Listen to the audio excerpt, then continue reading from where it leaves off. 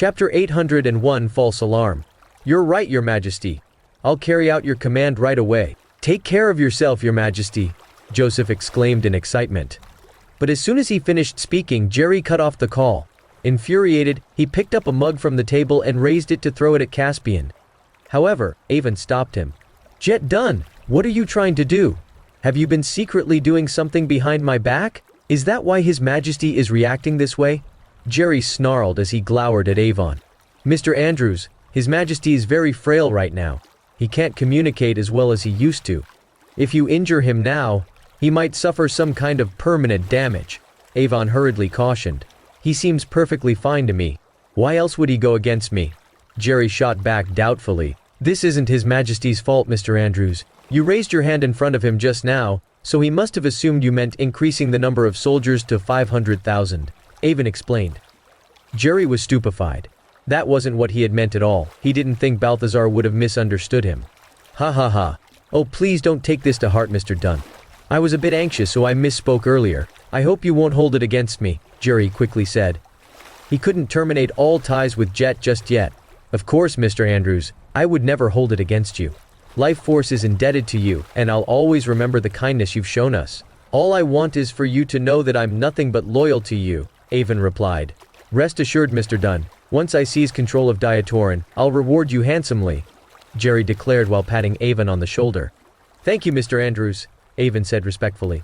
Meanwhile, Jethro had an unpleasant look on his face as he took in Avon and Jerry's pleasant exchange. Mr. Andrews, we should give His Majesty a few days to recover. He's really not in a good condition, Avon said. Don't worry, I won't let His Majesty appear in public for the time being. I'm still trying to figure out what I should do now after he passed on the wrong message earlier, Jerry said in exasperation. If you don't need me anymore, Mr. Andrews, then I'll take my leave first. Do summon me whenever you want, Avon said.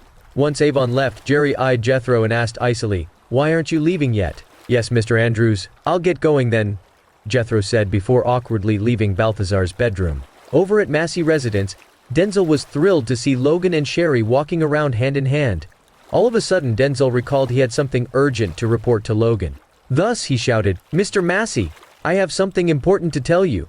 Logan was displeased. Now that he had finally reunited with Sherry, he didn't want to be bothered.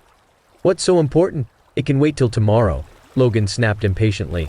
All he wanted to do now was spend some time reconnecting with Sherry. This is no ordinary matter, Mr. Massey. It needs to be dealt with right away or the consequences would be extremely dire, Denzel exclaimed, feeling so frantic that he started sweating.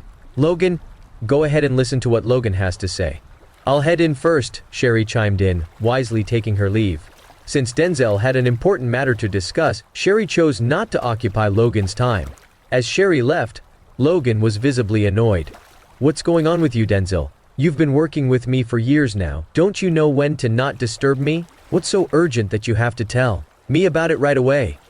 Denzel swiftly informed Logan of Caspian's plan. Logan froze in shock. He couldn't believe Caspian would be bold enough to come up with such an idea. Macy had even entered the king's residence disguised as Sherry. If Jerry's spies saw Sherry returning to Massey residence, Caspian and the others would be in grave danger. Immediately, Logan felt a sense of dread. He fervently hoped that no one was paying any attention to Massey residence today. This is such a crucial situation. Why didn't Caspian tell me about it sooner? Does he not trust me? Logan said somewhat disappointedly. That's not true, Mr. Massey.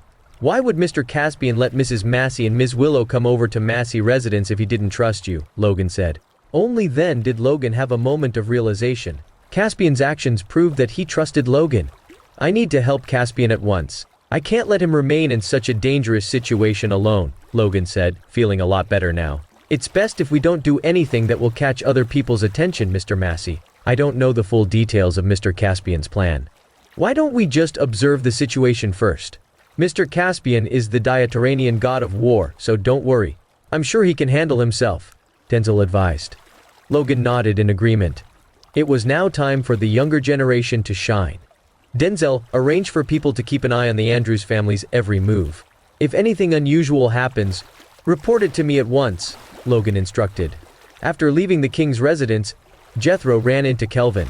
He wanted to avoid Kelvin as he didn't want to suffer any further humiliation, but unexpectedly, Kelvin spoke up. When did you return to Dord City, Mr. Roman?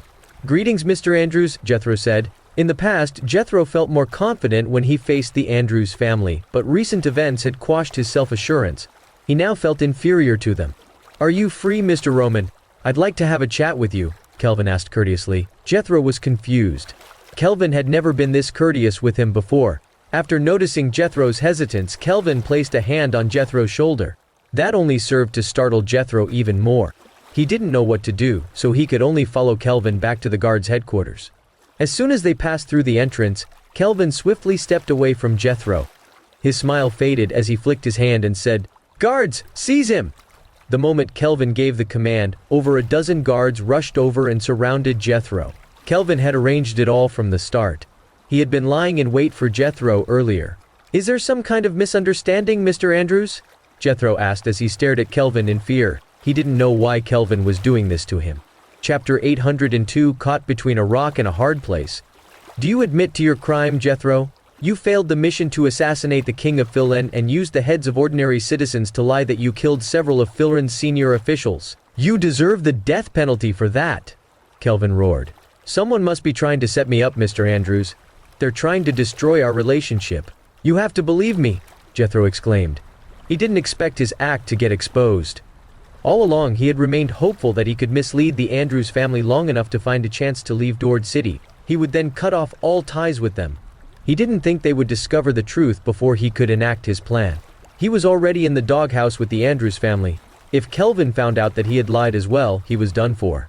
Alas, Jethro regretted not fleeing from the start. At the very least, he could have stayed alive. Nevertheless, he certainly wasn't going to admit to his crime. Are you still trying to pretend you're innocent? I have witnesses who can testify that they saw you killing innocent civilians, Kelvin informed with a smile. Jethro's expression turned even darker.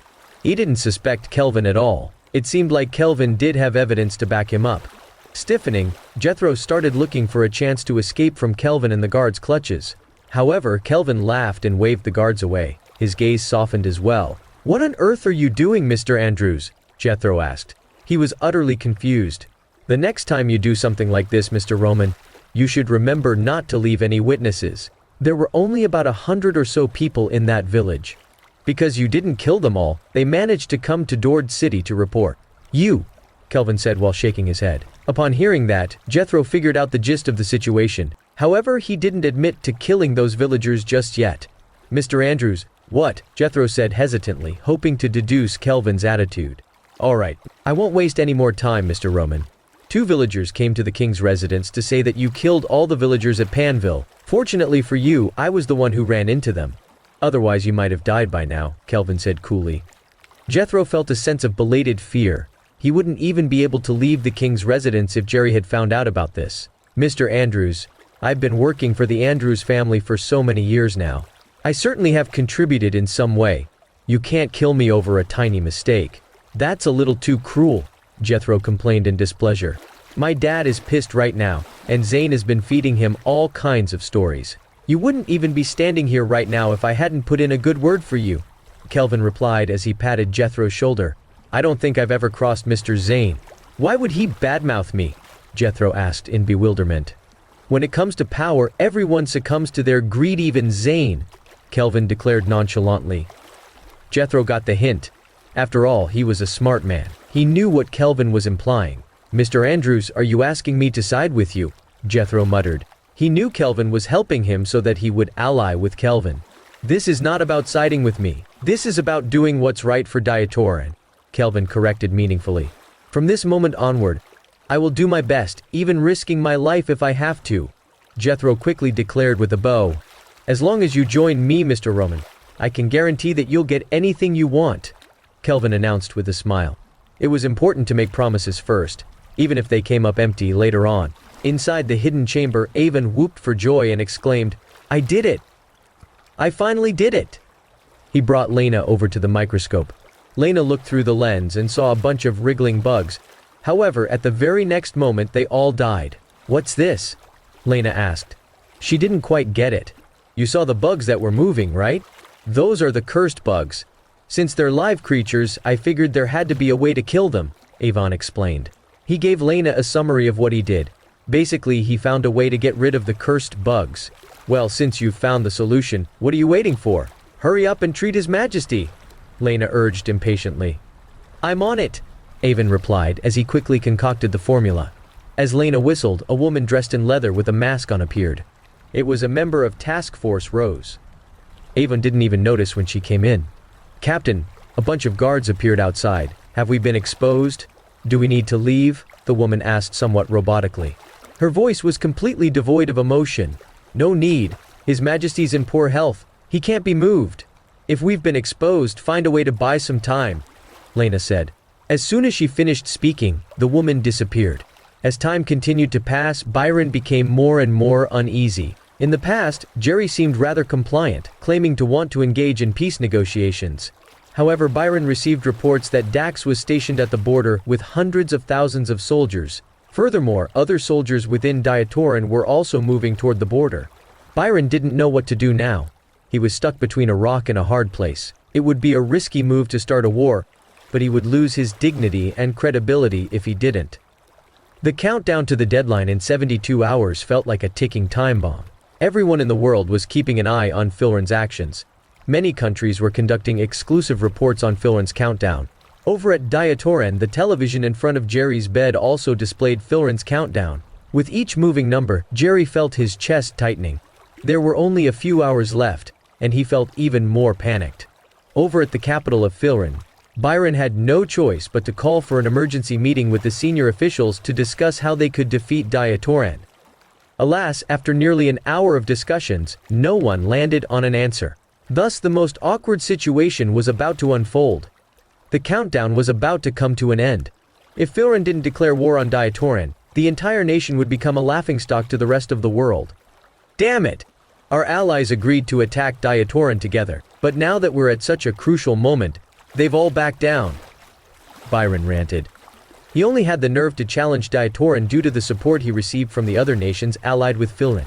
However, all the other nations were backing away at this critical juncture. Byron realized just how fragile trust was. Well, we can't just sit around and do nothing. Let's find a way to distract everyone so that they forget about the countdown and the threat to start a war with Diatoran, Jason said.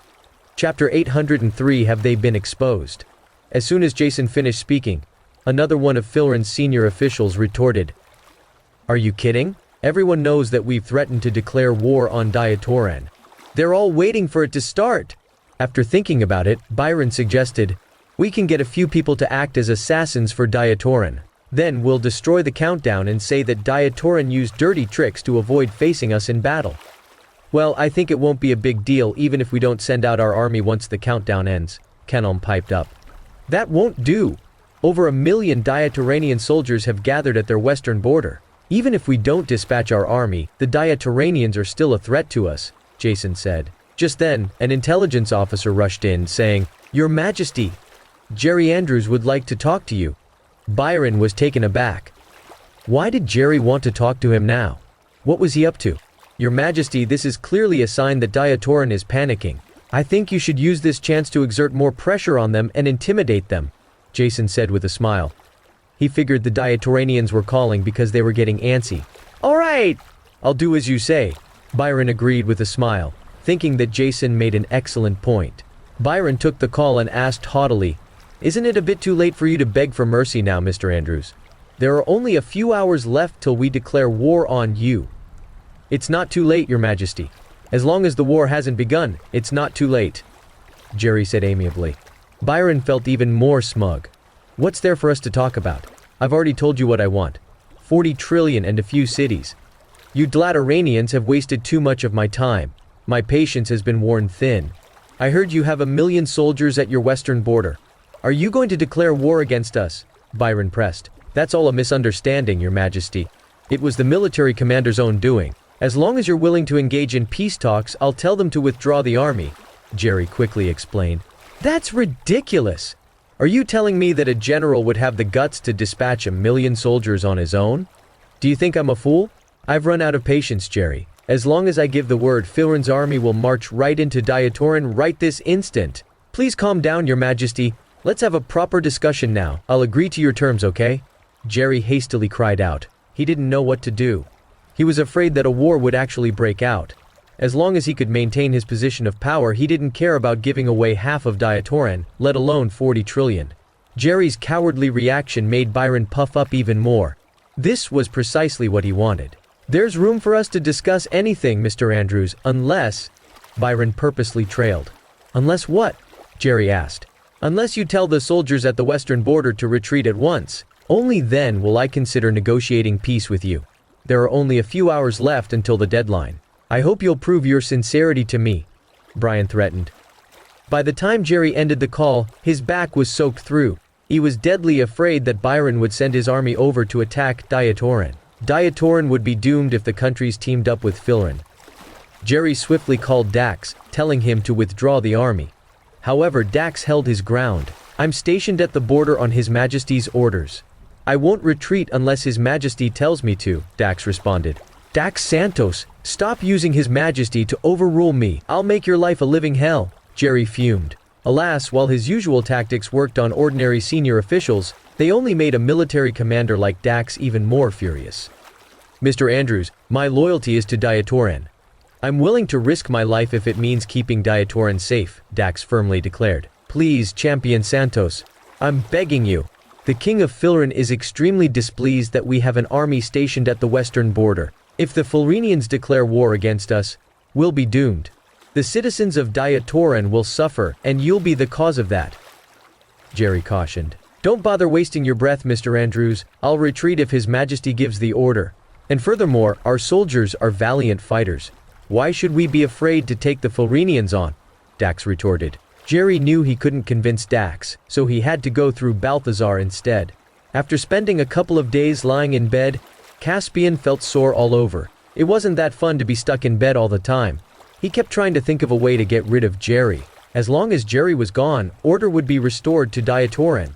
Just as Caspian was busy mulling this over, he heard the sound of hurried footsteps. Jerry wanted to control Caspian and force him to command Dax to withdraw the army. Inside a hidden chamber, Avon fed Lyndon a special kind of medicine.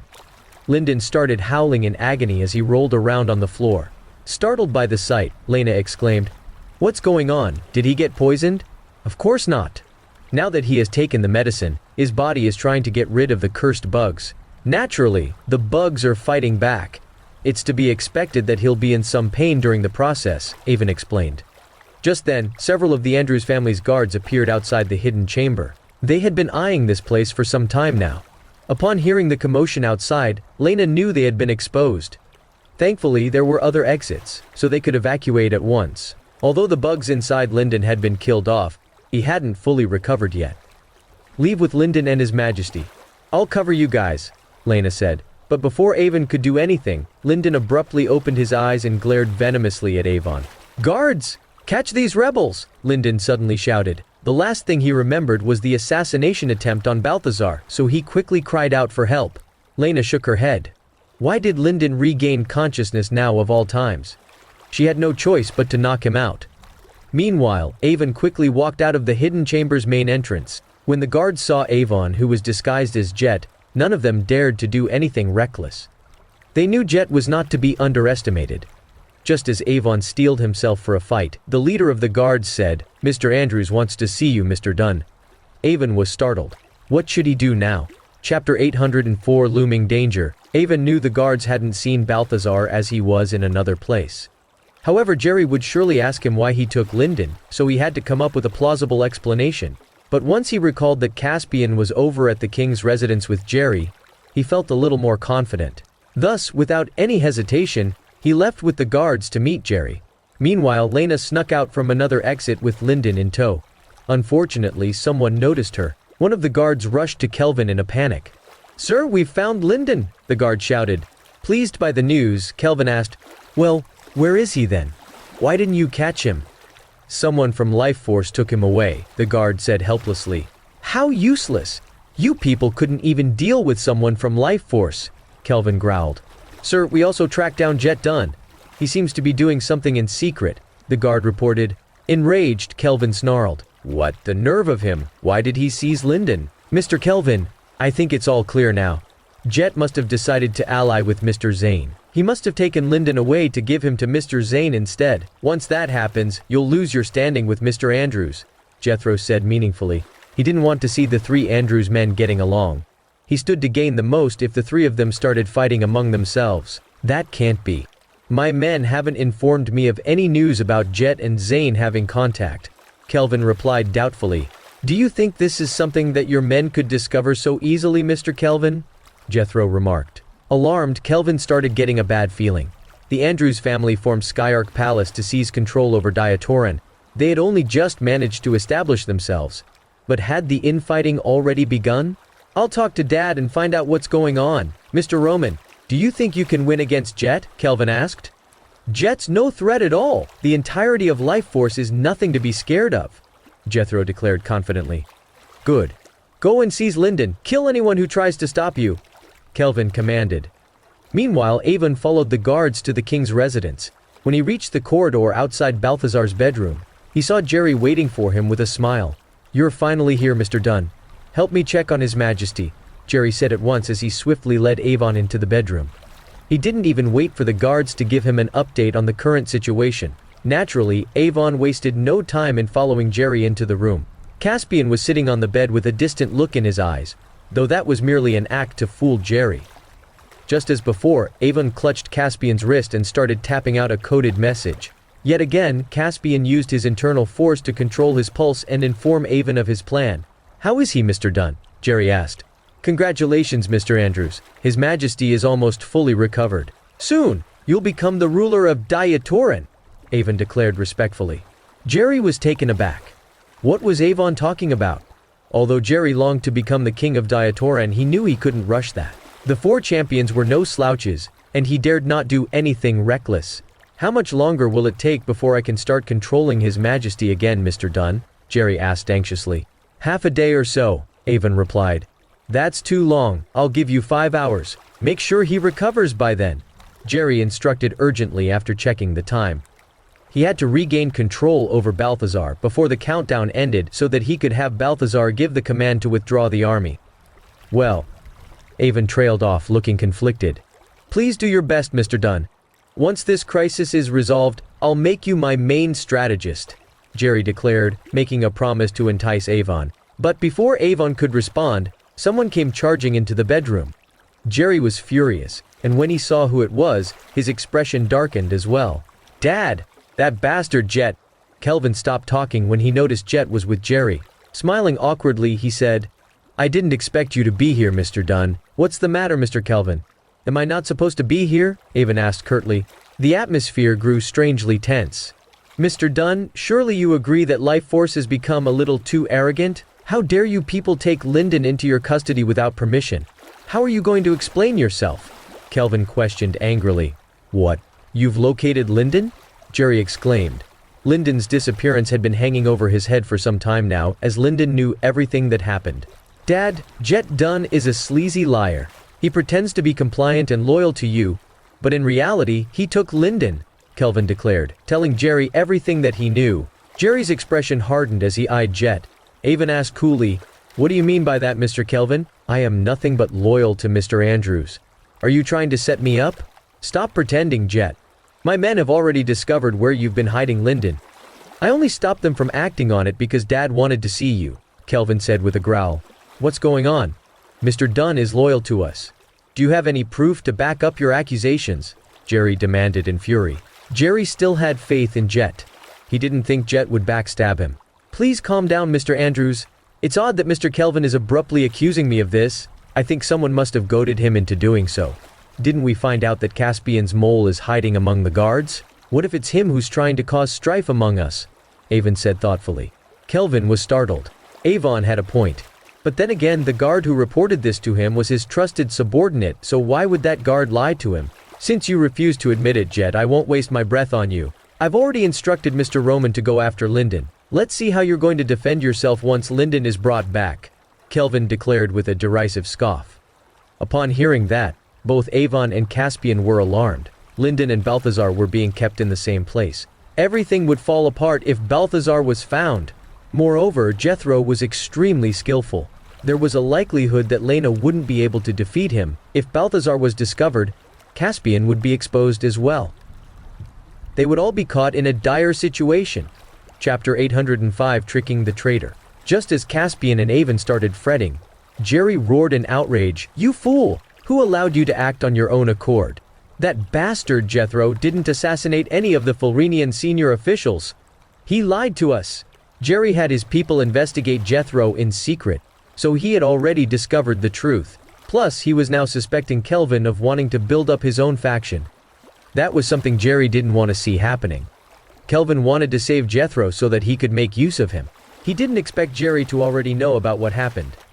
"Why are you still standing there? Go and catch the mole planted among the guards. If you dare come after Life Force again, don't blame me for not showing you any mercy," Jerry snapped. In the beginning, the three Andrews men were of one mind as they worked together to achieve their goal. But now that they were in power, Kelvin and Zane were both harboring other designs. Kelvin bowed and left with a resentful expression. "Mr. Dunn, can you do it? You must find a way to get His Majesty to give the order I tell him to," Jerry said anxiously. "All right, I'll think of something," Avon said with a nod. Jerry turned around to look at Balthazar, only to find him standing in front of him with a wide grin. Thinking that Balthazar had recovered, Jerry was thrilled. "Looks like God is on my side, after all. His Majesty has fully recovered. God will never side with scum like you, you traitor," Caspian growled icily without disguising his voice. Jerry jumped in fear, thinking he had misheard the voice. The next moment, Caspian ripped off the mask he was using. Jerry stumbled to the floor in terror when he saw Balthazar turning into Caspian. It's you! Save me, Mr. Dunn!" Jerry shouted. Terror-stricken, he was at a total loss. When he turned around, he realized that Jet had also turned into someone entirely different. Jerry froze in shock. He kept rubbing his eyes to see if his mind had played tricks on him. Just as he was about to scream for help, Caspian clenched his neck. Jerry turned bright red, and he was unable to speak. Grinning, Avon stuffed a pill into Jerry's mouth. Only then did Caspian release his hold on Jerry's neck. Jerry was horrified. He didn't know what he had just consumed. Though he wanted to shout, he couldn't make any sound. Many of his subordinates were outside right now. They would rush in if he gave the order, but he couldn't. All he could do was panic. "Take a closer look, traitor." "It's me, Caspian," Caspian said with a smirk. Crumpled on the ground, Jerry crawled backward. In his eyes, Caspian looked like the devil himself. Since he was all alone, he was certain Caspian would punish him for everything he'd done. "Bet you didn't think that the person you thought was His Majesty was actually me in disguise. Traitor! Ha ha ha!" Caspian said smugly. Rendered mute, Jerry could only stare at Caspian. He had a lot of questions, of course. "It's so good to be myself again." "Can we carry out our counterattack now, Lord Caspian?" Avon asked, after exhaling in relief. "Not yet. Lena's still in danger. It'd be catastrophic if His Majesty ended up in Jethro's hands," Caspian said. Caspian didn't plan on revealing himself so soon, but he couldn't take it anymore. Diatoran was about to face off against a formidable enemy. If Jerry continued messing things up the way he did, Diatoran would soon be ruined. "You're a pretty good actor, Avon," Caspian remarked with a smile as he patted Avon's shoulder. "You're too kind, Lord Caspian. You're the one who's great at acting. It was so hard for me to keep acting as Jet," Avon replied with a pained smile. He couldn't even sleep well after looking in the mirror and seeing Jet's face looking back at him. To avoid exposing himself, he had to remain careful at all times. "You'll get used to it once you do it a few more times," Caspian said with a chuckle. While Caspian and Avon were busy talking, Jerry quietly crept toward the door. As long as he opened the door, his men outside would realize that something was amiss.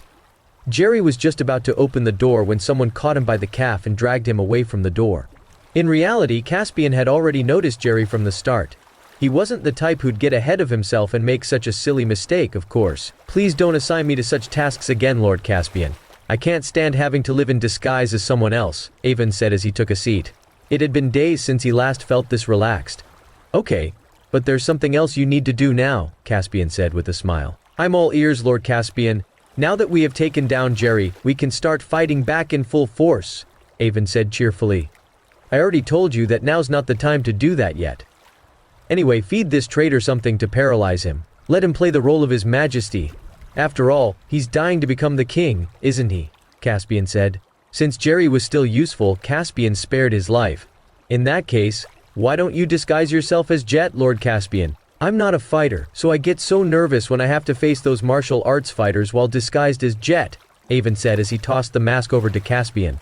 "Alright then, I'll disguise myself as Jet and save Lena. You can disguise yourself as Jerry. Make sure no one notices anything, Caspian said. Avon was dumbstruck. He thought he didn't need to disguise himself as anyone anymore. Unfortunately, he now needed to play the role of Jerry, which wasn't an easy thing to do. Got it, Avon replied. He dared not protest. At the very least, it was better than asking him to fight with someone. If he had to go up against Jethro, he would probably die within seconds. Jerry never thought Caspian and Avon would be brazen enough to discuss such sensitive matters in front of him. But before he could dwell on that, Avon fed him another pill.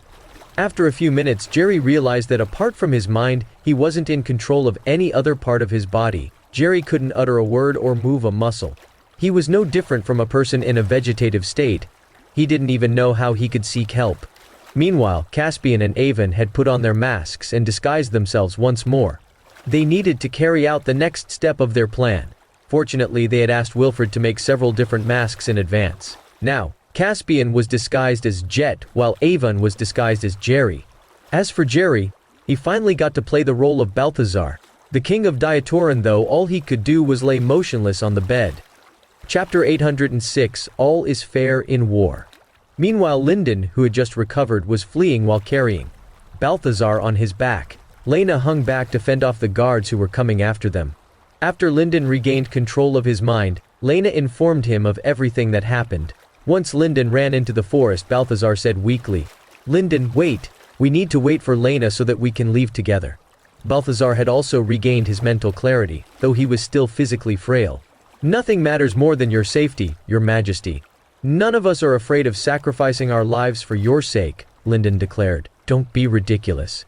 Am I the kind of ruler who disregards the lives of his subjects? Just hold on for a bit longer. Caspian will surely come and save us," Balthazar said firmly. He was fully confident that Caspian would show up when they needed him the most. Linden had mixed feelings about that. He was the head of the guards in charge of protecting Balthazar, but at a crucial time like this, Balthazar trusted Caspian the most. Nevertheless, Linden knew that Balthazar was right. Caspian had saved Balthazar from dangerous situations many times now. Meanwhile, even as Balthazar was caught in a perilous situation now, all Linden could do was flee with Balthazar on his back. They even needed to rely on someone else to protect them. Taking a deep breath, Linden tried to channel his strength, but he couldn't muster up much. All of a sudden, Linden blacked out and fell to the ground. After falling onto the ground as well, Balthazar looked at Linden with a helpless expression. Just then, Lena came rushing over. She felt extremely sorry when she saw what happened. Should something happen to Balthazar because of her, she wouldn't be able to bear the consequences. Jethro also caught up to them, and when he saw Balthazar, he was stupefied. "Your Majesty, is that you?" Jethro exclaimed in shock. "You scoundrel!" Balthazar fumed with a stern expression. "It's really you, Your Majesty. I only came to catch Linden. Who would have thought I'd get such a boon? Luck is on my side," Jethro said with a laugh. "That's impossible. Isn't His Majesty in the king's residence?" "This one must be a fake," one of the guards shouted. "That's right. He has to be a fake. We just need to catch Linden. We can kill the others," the other guard shouted. Both men rushed forward at once, but before they could do anything, they felt something piercing through them from the back. They turned around in shock, only to realize that it was Jethro who stabbed them. "What are you doing, Mr. Roman?" the other guards cried out as they stared at Jethro. "If you want to stay alive, then scram. Go back and warn Jerry that both His Majesty and Linden are in my hands now. If he wants me to join him, he needs to prove his sincerity to me," Jethro declared. He figured that as long as he had Balthazar, he had the ultimate trump card. Even the Andrews family would have to do as he said. "Mr. Roman, are you going against Mr. Kelvin? What about the promise you made?" a guard shouted. "I was only doing what I had to do then." "Stop wasting your breath. Just do as I said," Jethro commanded. Now that he had Balthazar under his thumb, he felt like he could do anything he wanted. "You despicable man. Things won't end well for you," Balthazar fumed. "Ha ha ha. Say whatever you want, I don't care. As long as I have you, even Caspian has to do as I say," Jethro gloated. "It's true that I can't take Caspian head on, but I can rely on other strategies. You do have some self-awareness then. In that case, what gives you the nerve to catch me?" Balthazar asked. "Ha ha ha. Jerry's useless. He didn't even realize that you've been switched out from under his nose. Since you're in my hands now, I'll make full use of you," Jethro announced maniacally. Then, He glared at the guards and questioned, "Why aren't you leaving yet? Are you so keen to die?" The guards had been hunting Lyndon down, so they weren't all too pleased about letting Jethro take all the glory for himself. After giving it some thought, they charged at Jethro in an attempt to overpower him. Unfortunately, they were no match for him. After a few rounds, they were defeated. Just then, a familiar figure appeared. "Mr. Dunn, you're here," Jethro said with a smile. It never would have occurred to Jethro that the jet he was seeing was actually Caspian in disguise. Lena didn't know it was Caspian either. She thought it was Avon who came. "I heard you've chosen to join Kelvin's faction, Mr. Roman. Looks like you're doing good for yourself," Caspian remarked with a smile. "I don't think you're in a position to say anything about me, Mr. Dunn." "Are you the one who snuck His Majesty out?" Jethro responded with a smile. He was now realizing that he couldn't quite get a read on Jet. However, Caspian didn't answer that question. He didn't want to waste his breath. "I know you're a man of ambition, Mr. Dunn. Why don't we work together? When the time comes, we'll both make something of ourselves in Diatoran," Jethro suggested. He didn't want to fight Jet head-on as he wasn't sure about his chances of winning. "Work with you? Who knows what you'll end up doing to me if I choose to work with you?" Caspian retorted coldly. "You're wrong about that, Mr. Dunn. We both chose to work for the Andrews family because we have a common goal. I'm sure you understand my predicament," Jethro said earnestly. "Well, prove to me that your offer is genuine. Get rid of those two." Caspian pointed at the two guards and said. The moment Caspian finished speaking, Jethro rushed forward. With a flick of his hand, a cloud of white powder scattered before the two guards. In mere seconds, both men had turned into mangled corpses. Clearly, the white powder was a highly toxic poison. Upon seeing that, Caspian grabbed a sword and charged at Jethro. "What's the meaning of this, Jet? I've just killed them. So why are you still attacking me?" Jethro bellowed. "When did I agree to work with you? Do you have a witness who can back you up on that claim?" Caspian asked with a chuckle. "You bastard, you tricked me!" Jethro roared. He quickly tried to dodge as Caspian lunged the sword at him, but it was too late. The sword stabbed right into Jethro's right shoulder. "Hang on, something's wrong. You're not Jet Dunn. Who are you?" Jethro stared at Jet in horror. After their earlier clash, he sensed that something was amiss. Jet wasn't this powerful. Chapter 807, The Truth is Exposed. When Caspian realized that Jethro had figured out he wasn't Jet, he regretted not killing Jethro from the start. Nevertheless, he ripped off the mask he wore and revealed his true identity. He said with a smile, "Does it matter who I really am?" Jethro was terrified. He didn't expect Jet to be Caspian in disguise. Naturally, he lost all will to remain in the fight. As it was, Jethro was an expert when it came to escaping. In the blink of an eye, he was hundreds of feet away. Caspian had no choice but to throw his weapon at Jethro. Sensing that, Jethro sped up without looking back. Soon, he disappeared into the forest. "Are you all right, Your Majesty? I'm sorry I came so late," Caspian said as he kneeled before Balthazar. "Don't worry. This isn't my first time in a crisis, Caspian. You may rise," Balthazar said as he smiled at Caspian. He always knew he could count on Caspian to save him in his hour of need.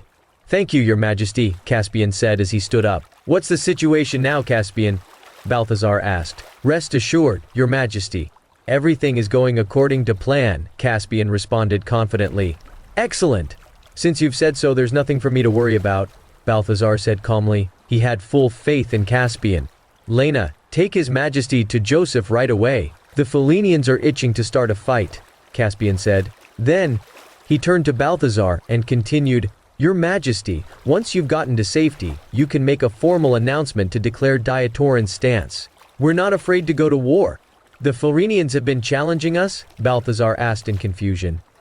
According to his knowledge, Caspian had already conquered Filrin's capital. Why then would the Felinians still dare to challenge them? "It's a long story, Your Majesty. It's because of that traitor Jerry Andrews." Caspian gave Balthazar a summary of what had happened thus far. Even before he finished, Balthazar's expression grew stormy. "Jerry, that scoundrel! How dare he have the desire to usurp my throne?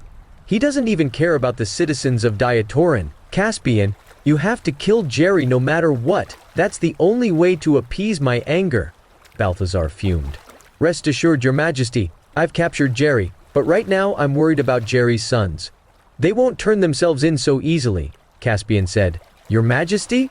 Your Majesty, are you all right?" At last, Lyndon regained his consciousness and started looking around in a panic. He only relaxed once he saw Balthazar sitting on the side. In an instant, tears streamed down his face. "It's all right, Lyndon. I know they used witchcraft on you too. We're all safe now, so you don't need to beat yourself up over it," Balthazar said. That only made Lyndon feel even worse. He was the commander of the royal guards, but he had failed to keep Balthazar safe. "We have no time to lose, Chief Gorp. Let's save the talking for later once you and His Majesty have been brought to safety," Caspian said before Lyndon could speak up. However, with a solemn expression, Lyndon kneeled before Caspian and bowed to him. "Lord Caspian, from this moment onward, you're my savior. I'll risk my life for you if you ever need me to." He was filled with respect for Caspian, who had not only saved him but Balthazar as well. He didn't know how he could ever repay Caspian. "Please get up, Chief Gorp. It's my duty to save you and His Majesty." "You don't need to thank me," Caspian said as he helped Lyndon back onto his feet. "Lord Caspian, Jethro has already escaped. This means our plan is going to be exposed as well. Macy and Avon might be in danger right now," Lena hurriedly reminded Caspian. They shouldn't be wasting time on idle chatter right now. The others were still in danger. "Chief Gorp, take His Majesty away from here at once," Caspian instructed. "Understood," Lyndon said with a nod. "Caspian, I don't want to flee anymore. Why don't you let me join you?" "I want to watch as you kill that traitor, Jerry," Balthazar growled through gritted teeth. "You've only just recovered, Your Majesty. You can't overexert yourself. I'll have that traitor locked up so that you can deal with him yourself," Caspian declared. "Good! I'm counting on you, Caspian." Balthazar gave a final nod without protesting. He knew that in his condition, he would only be a burden to Caspian. "You have nothing to worry about, Your Majesty," Caspian assured. Meanwhile, Sylvia had led a group of Life Force members to the guards' headquarters. They were now confronting the guards. Some of the guards were already badly injured, just barely holding on. As more and more guards came out, Sylvia stopped messing around. The Life Force members couldn't take on the guards. Kelvin didn't think the Life Force members were a threat, but they were still a problem. He couldn't leave the headquarters if he didn't get rid of them. He even considered having the guards kill them all, but that would lead to irreparable strife between him and Life Force. If that were to happen, Jet would never ally with him. Naturally, Kelvin didn't want to burn his bridges. He could tell that Jethro was a cunning man and knew it was a risk to work with Jethro. Thus, he needed to have other backup plans. Therefore, he didn't want to have a falling out with Life Force. Kelvin approached the Life Force members to deal with the situation, but Sylvia didn't even give him the chance to speak. "Look, there's Kelvin. Get him, everyone," Sylvia commanded. The Life Force members immediately charged at Kelvin, pissing him off. "You bastards! Kill them all!" Kelvin roared in fury. The guards beside him were all the cream of the crop. In an instant, both sides clashed. Sylvia wanted to use the chaos as her chance to get rid of Kelvin, but he was extremely cautious and remained hidden among the other guards at all times. After dealing with many of the guards, Sylvia was about to challenge Kelvin when an elderly man stood in her way. She had no choice but to take him on. But after just exchanging one blow with him, she stumbled over 10 steps backward. On the other hand, the elderly man remained in his spot as if he hadn't been attacked at all. Sylvia was shocked to find that the elderly man was that powerful. She now realized it was impossible for her to kill Kelvin. There was no point in sticking around any longer, so she gave the order for the Life Force members to retreat. They were already scared to begin with, so the moment the order was given, they swiftly started fleeing. In any case, the guards didn't plan on hunting them down. However, just as the Life Force members were about to flee, they stumbled to the ground while covered in wounds. Kelvin was startled, but he soon realized it was Jethro's doing. Jethro had returned, but he was covered in blood and sported an injury on his right shoulder. "What happened, Mr. Roman?" Kelvin exclaimed in alarm. Chapter 808, Final Trump Card. Kelvin had instructed Jethro to go after Lyndon, so why was he back alone and injured to boot? Lyndon was severely injured and hadn't fully recovered yet, so he couldn't have defeated Jethro. All sorts of questions swarmed Kelvin's mind. "The situation's a little complicated, Mr. Kelvin. Let's talk somewhere else," Jethro said helplessly. Kelvin nodded before asking out of fake concern, "Shall I get a doctor to check your wound first, Mr. Roman?" "This is an urgent matter, Mr. Kelvin. You don't have to worry about my injury. It's nothing," Jethro said. Kelvin and Jethro headed to a hidden chamber. The two villagers who came to report Jethro were locked in there. They were terrified when someone entered the room. They'd been tortured the whole time they'd been in here. However, when they saw that Jethro was injured, they were thrilled. He finally got what he deserved. Meanwhile, Kelvin and Jethro paid no attention to the two villagers. "We were right, Mr. Kelvin. There are several moles among our ranks, and most unbelievably, even Caspian has shown up," Jethro said fearfully. "What? Caspian has shown up? Where is he?" Kelvin cried out in alarm. He instinctively looked around, afraid that Caspian would suddenly pop up. "You won't believe this, Mr. Kelvin. But Jet was actually Caspian in disguise. I saw his true face just now," Jethro muttered. "What? Is that true? How did Caspian disguise himself as Jet?" Kelvin asked, his eyes bulging in disbelief. "It's true. I saw it with my own eyes." "Caspian took off a mask," Jethro confirmed with a nod. He still felt a sense of lingering fear when he recalled what happened. "Where's the real Jet then?" Kelvin asked in confusion. "Who knows? Maybe he's dead," Jethro said indifferently. "Oh, fuck. Since Jet is Caspian in disguise, doesn't that mean my dad's in danger?" Kelvin frantically exclaimed. He was just about to head off when Jethro stopped him. "Wait, Mr. Kelvin. I haven't finished yet. His Majesty has been rescued too," Jethro continued. "How's that possible? Isn't His Majesty being held in the king's residence?" Kelvin was startled. If Balthazar had been rescued, it meant the Andrews family were done for. "I'm telling the truth. I saw him myself. Both His Majesty and Lyndon had been rescued together. The one in the king's residence right now is probably someone in disguise too," Jethro said, sharing what he knew. Kelvin quaked with fear. He knew that having Balthazar under their control was the only reason why his family dared to do whatever they wanted. Now that Balthazar had been rescued, they no longer had him as their trump card. Furthermore, Caspian was involved, which meant that the consequences were dire for them. Once again, Kelvin tried to leave. But Jethro called out and asked, "What are you doing, Mr. Kelvin?" "I'm going to look for my dad so that we can discuss a strategy," Kelvin replied without hesitation. Now wasn't the time for infighting. The Andrews family needed to stay united. "I'm afraid it's probably too late, Mr. Kelvin. Caspian has tricked all of you. Even if you look for your father now, it won't be of any use. You should focus on finding a way to save yourself," Jethro advised. Kelvin was flustered and didn't know what to do. "You have a point, Mr. Roman. What do you suggest?" Kelvin asked. He knew they couldn't just stand by and do nothing, for Caspian would surely come after them. All along, Kelvin thought that the Andrews family would soon take full control over Diatoran. Who would have thought that things would turn out this way? "Don't forget that you have Caspian's mother in your hands. That's enough for us to save ourselves," Jethro said with a smile. Kelvin had a look of realization. Since he had Sherry, it wouldn't be hard for him to come out of this situation unscathed. After all, Caspian couldn't possibly abandon his mother, right? "Good idea. We'll go and take Sherry into our custody." "But what should we do next?" Kelvin asked. His mind was blank, so he wanted more ideas from Jethro. "We'll get in touch with Tigra right away. Now that Filren is going to war against Diatoran, we can reach out to Tigra and seek protection from them. We'll figure the rest out later on," Jethro said. He had already come up with this plan a while back. For the last few days, Macy had done nothing but eat and sleep. She was sure she had put on a few extra pounds.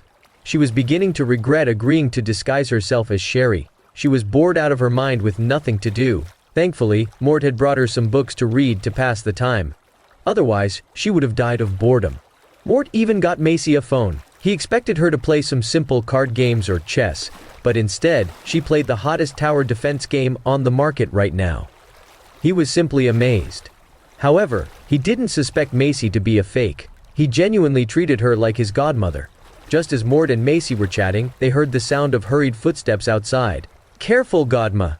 I think someone's coming," Mort said with a serious expression. "Mort!" Kelvin shouted from the outside. "You're here, Mr. Kelvin!" Mort quickly went out to greet him. "How is Mrs. Massey doing?" Kelvin asked. "She's doing just fine," Mort replied. "Hurry up and bring her over," Kelvin instructed at once.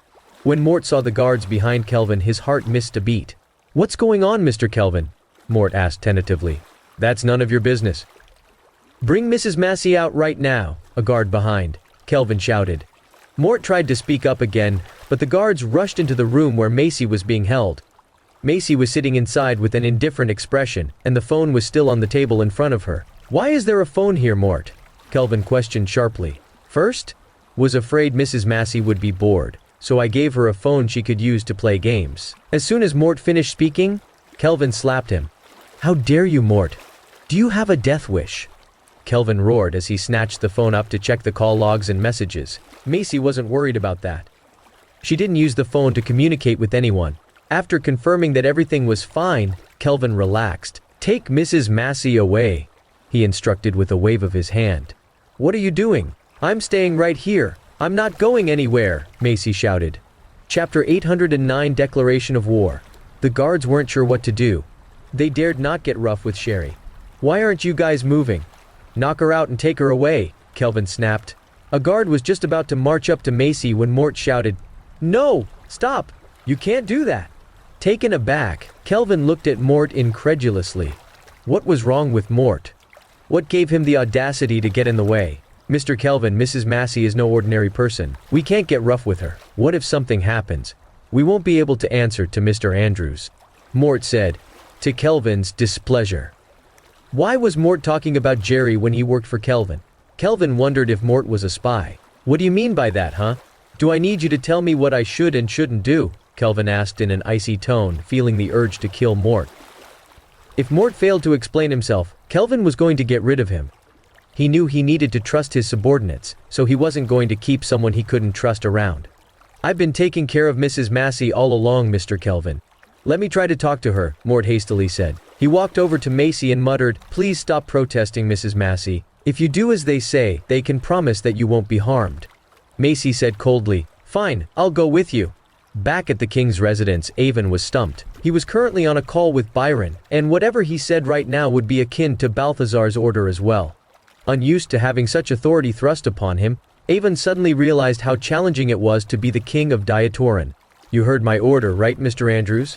Once time is up, I can guarantee that the gunfire that's about to rain down on Diatoran will make your entire country a living front too."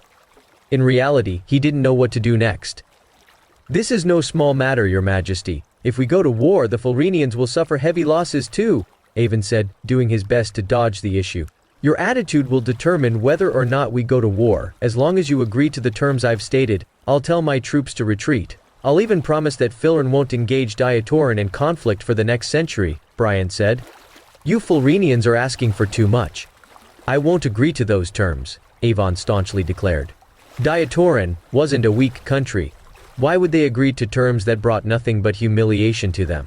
Byron was taken aback. He didn't expect that answer. "Are you saying there's no point for us to continue with this discussion?" Byron asked icily. "We're not giving you any compensation or handing over any of our territory. Do you think I'd do something so ridiculous?" Avon replied. He couldn't figure out why Jerry would agree to such terms in order to negotiate peace. It wasn't as if Diatoran couldn't defeat Filyn. Why was Jerry hellbent on compromising? "How dare you toy with me, you bastard? I see how it is. Just you wait. I'm going to turn Diatoran into a living hell," Byron roared, feeling like Jerry was stringing him along. Previously, Caspian nearly managed to conquer Filyn. And now, Jerry was messing with him. He couldn't take it anymore. "Give my command. Tell all the army divisions to start making their way over to Diatoran's border. Also, alert the other nations. They must join us in a war against Diatoran," Byron roared. "Your Majesty, are we really going to start the war?" Jason asked timidly. "Of course. Do you think we can do anything else now?" Byron shot back in displeasure. "I'm suddenly getting the feeling that something's up. Ever since the negotiations started, the king of Diatoran hasn't appeared in person at all. It's always this Jerry fellow who handles everything," Jason said with a look of concern. "I think you're overthinking it, Jason. It's not like Diatoran would bring Caspian back as a general again. At the time, Caspian had already laid siege to our capital, so why did they make him withdraw?" Kenelm piped up. "Maybe it's because the citizens of Diatoran protested against the war, so the king of Diatoran had no choice but to get Caspian to withdraw," a senior official suggested. "Yes, I think that's quite likely. There's no other explanation for it," another senior official chimed in. Their remarks rendered Jason speechless. On the contrary, he had a feeling something had gone wrong within Diatoran's government, leading to such strange decisions on their part. None of them knew it was all thanks to Jerry's machinations, of course. Time continued to pass, and the 72-hour deadline would soon be ending. Byron could sense that all eyes were on him. The countdown was like a nightmare that haunted him. He had no other choice but to command, "Pass on the order. In 1 hour, all 3 army divisions to attack Diatoran at once, and I'll join them on the battlefield." Tigra had been tracking the movements of the other countries. They were all waiting for the war to begin. "What's going on? Are the Fulrenians chickening out?" Dahlia, the king of Tigra, commented with disappointment. He was waiting to enjoy the show, but the Felinians weren't taking any action yet. The king of Philrin has always been a loudmouth who doesn't act on his word. He wants to force Diatoran to concede defeat. But why would the Diatoranians do that when they're strong enough to defend themselves? He's caught between a rock and a hard place now, a Tigran senior official said with a scoff. How humiliating. The new king of Philrin is so useless. What a disappointment, Dahlia said, shaking his head. Your Majesty, in the past, Caspian already led a siege on Philrin's capital. I'm sure the Felinians dare not do anything rash now. Furthermore, if the battle begins and the king of Diatoran decides to bring Caspian back, it'll spell disaster for the Felinians, another Tigran senior official remarked. Dahlia was disappointed to see that the war hadn't started. He was hoping that Tigra and Diatoran would battle one another, giving him a chance to reap some benefits. A few minutes later, Byron finally started an international live stream. We Felinians have always prioritized peace above all else. I did not wish to see things turning out this way, but I hereby make a formal announcement. He paused for a moment, and the senior officials behind him shook their heads while sighing. On behalf of all the Felinians, I have made the decision to formally declare war against Diatoran. We have gathered our soldiers, and soon we will launch an assault on Diatoran, Byron declared. All of the Felinian senior officials raised their fists and cheered. Chapter 810 Baseless Accusations. After hearing the news, all the other countries were eager to see what would happen between Philrin and Diatoran. They had been worried that Philrin might back down at the last minute. Moreover, Diatoran's recent actions had left most people confused. That being said, with how strong Diatoran was, no one dared to do anything recklessly. Thus, Philrin's declaration of war gave the other countries the chance to see what Diatoran was capable of. If Diatoran was weak without Caspian to oversee its army, the other countries would definitely team up with Philrin as well. They wouldn't want to miss out on the chance to get a piece of Diatoran's vast territory. All at once, numerous countries began to silently dispatch troops to the borders of Diatoran. They were prepared to strike at any time. At the same time, Dax's deputy general led a group of soldiers into the army inspectors' quarters. The army inspectors were killed before they could even ask what was going on. Jerry had secretly commanded these people to assassinate Dax once the battle started. That way, Diatoran would be forced to withdraw their forces. However, the four champions had received a call from Balthazar, informing them of this secret. The four champions would have still been unaware of the situation if Balthazar hadn't been rescued. None of them expected Jerry to be this brazen. Half an hour later, Balthazar, who was now with Joseph, started an international live stream as well. Balthazar looked healthy and energetic as he stood there with Joseph and Lyndon. I'm sure you've all heard about Philrin declaring war against us. In the past, the Felinians had already lost to us Diatoranians. It was a lapse of judgment on our part for not destroying Philrin back then. We didn't expect Philrin to be foolish enough to challenge us now, Balthazar declared. The nation of Diatoran has been around for several millennia now, and we have never invaded another country. However, that doesn't mean we will allow anyone to push us around. We give as good as we take. Since Philrin has declared war against us, we will accept the gauntlet. This time, we'll make sure Philrin has no chance of ever fighting back. Balthazar's voice boomed authoritatively as he spoke to the camera. Lately, a lot of rumors regarding Balthazar had spread. Some said his continued absence signified that something unfortunate had happened to him. Such rumors left the Diatoranians feeling apprehensive. Now that they were seeing him well and alive, they no longer felt the need to worry. Balthazar was just as mighty and imposing as ever. I will be heading to the border to supervise the battle myself. I shall witness the way our soldiers pummel the Felinians to the ground, Balthazar declared spiritedly. Joseph hadn't seen that coming. He wanted to talk Balthazar out of it, but since it was a live stream, it wasn't the right time for him to say anything. Once the live stream ended, Joseph muttered, Your Majesty, were you just trying to scare the enemy by saying that you'd be at the border to supervise the battle as well? What do you mean? I'm a man of my word. The citizens of Diatoran have all seen the live stream. They'll be disappointed if I don't join the army at the front lines, Balthazar firmly replied. You've only just recovered, Your Majesty. It's best if you get more rest first, Joseph advised. What's the meaning of that, Joseph? Do you think I'll be a burden for you champions if I supervise the battle at the border? Balthazar questioned sternly. Alarmed, Joseph hastily explained, I would never, Your Majesty. I'm just worried about your health. That's enough. You can't talk me out of it. You four need to prove yourselves. You can't always rely on Caspian. Byron was incensed after watching Balthazar's speech.